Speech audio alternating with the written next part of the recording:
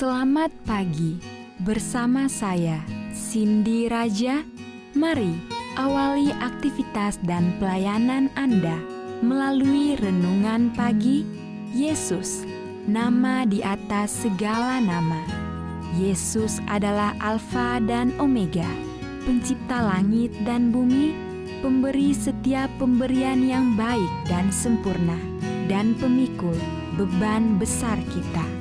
Kepada mereka yang hancur oleh dosa, Dia adalah juru selamat yang sempurna, perantara yang agung, perantara yang maha kuasa, dan kapten keselamatan kita. Ditulis oleh Ellen G. White bersama Pendeta Denny Kanajo. Selamat mendengarkan.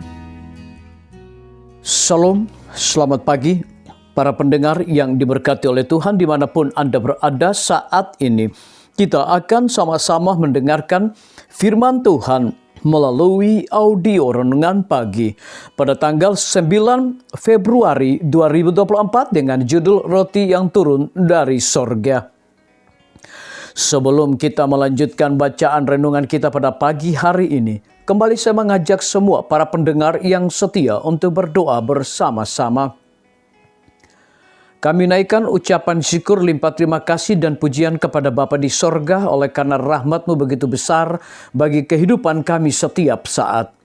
Pada pagi hari ini ya Tuhan, sebelum kami melakukan segala aktivitas pelayanan dan pekerjaan kami sangat rindu Tuhan untuk belajar mendengarkan kebenaran firman Tuhan. Kami membutuhkan kuasa Roh Kudus-Mu dicurahkan kepada masing-masing kami. Terima kasih Tuhan Yesus, ampuni kami Bapa karena kami sudah berdoa hanya di dalam nama Tuhan dan Juru Selamat kami. Amin. Ayat inti kita terambil di dalam Yohanes 6 ayat yang ke-50. Demikian firman Tuhan. Inilah roti yang turun dari sorga. Barang siapa makan daripadanya, ia tidak akan mati. Mari kita ikuti penjelasannya. Alkitab adalah satu-satunya buku yang memberikan gambaran sesungguhnya tentang Kristus Yesus.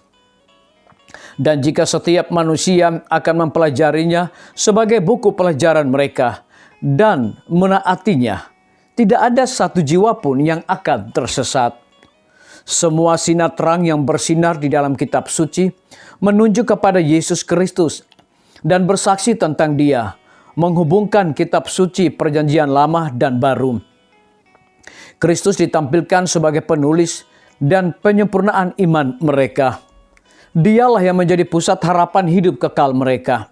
Karena Tuhan begitu mencintai dunia, sehingga Dia memberikan anaknya yang tunggal, agar siapapun yang percaya kepadanya tidak binasa, tetapi memiliki hidup yang kekal. Buku apa yang dapat dibandingkan dengan Alkitab adalah penting bagi setiap anak, remaja, dan yang dewasa untuk memahami. Karena itu adalah firman Tuhan, firman untuk membimbing semua keluarga manusia ke sorga. Lalu, mengapa firman Tuhan tidak menjadi unsur-unsur utama yang membentuk pendidikan? Penulis yang tidak terinspirasi ditempatkan di tangan anak-anak dan remaja di sekolah kita dalam buku pelajaran, buku dari mana mereka akan dididik. Mereka terjaga tetap di hadapan kaum muda, menghabiskan waktu mereka yang berharga untuk mempelajari hal-hal yang tidak pernah dapat mereka gunakan. Buku-buku tersebut sama sekali tidak menyuarakan kata-kata Yohanes, "Lihatlah anak domba Allah yang menghapus dosa dunia." Yesus Kristus adalah pengetahuan akan Bapa dan Kristus adalah guru agung kita yang diutus dari Allah. Kristus telah menyatakan dalam Yohanes pasal 6 bahwa Dia adalah roti yang turun dari sorga. Aku berkata kepadamu, sesungguhnya barang siapa percaya ia mempunyai hidup yang kekal. Akulah roti hidup. Nenek moyangmu telah makan manna di padang gurun dan mereka telah mati.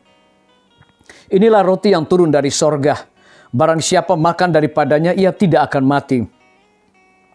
Akulah roti hidup yang telah turun dari sorga. Jikalau seorang makan dari roti ini, ia akan hidup selama-lamanya. Dan roti yang kuberikan itu ialah dagingku, yang akan kuberikan untuk hidup dunia. Para murid tidak memahami kata-katanya. Kata Kristus, rohlah yang memberi hidup, daging sama sekali tidak berguna. Perkataan-perkataan yang kukatakan kepadamu adalah roti dan hidup. Disalin dari buku Fundamental of Christian Education, halaman 383 dan 384. Renungkan lebih dalam bagaimana seorang memakan Yesus, roti yang diturunkan dari sorga. Dengan cara praktis, apakah saya dapat mengambil bagian dalam hidupnya hari ini? Biarlah bacaan renungan kita saat ini akan menjadi berkat bagi kita semua. Kembali, saya mengajak semua para pendengar yang setia untuk berdoa bersama-sama. Bapa kami yang bersemayam di dalam takhta kerajaan sorga, terima kasih Tuhan Yesus, oleh firman-Mu pada pagi hari ini memberikan berkat rohani bagi kami, para pendengar yang setia, dan juga memberikan sukacita, kekuatan iman, dan kami terus bertumbuh di dalam Tuhan. Pada pagi hari ini ya Tuhan, kembali hamba berdoa untuk pemerintah kami. Tuhan memberkati Bapak Presiden bersama Wakil Presiden, para menteri dan seluruh stafnya, Bapak Gubernur bersama Wakil, Bapak Bupati bersama Wakil, Bapak Wali Kota bersama Wakil, Camat dan seluruh stafnya, Kepala Desa, Lurah, RT, RW, dimanapun mereka berada saat ini Tuhan. Lindungi mereka, pelihara mereka, berikan mereka kekuatan, kesehatan, hikmat, pengetahuan sorga, agar mereka dapat menjalankan roda pemerintahan di tengah-tengah persiapan berjalannya pesta demokrasi. Biarlah itu semua boleh sesuai dengan amanah dan titah daripada Tuhan sendiri.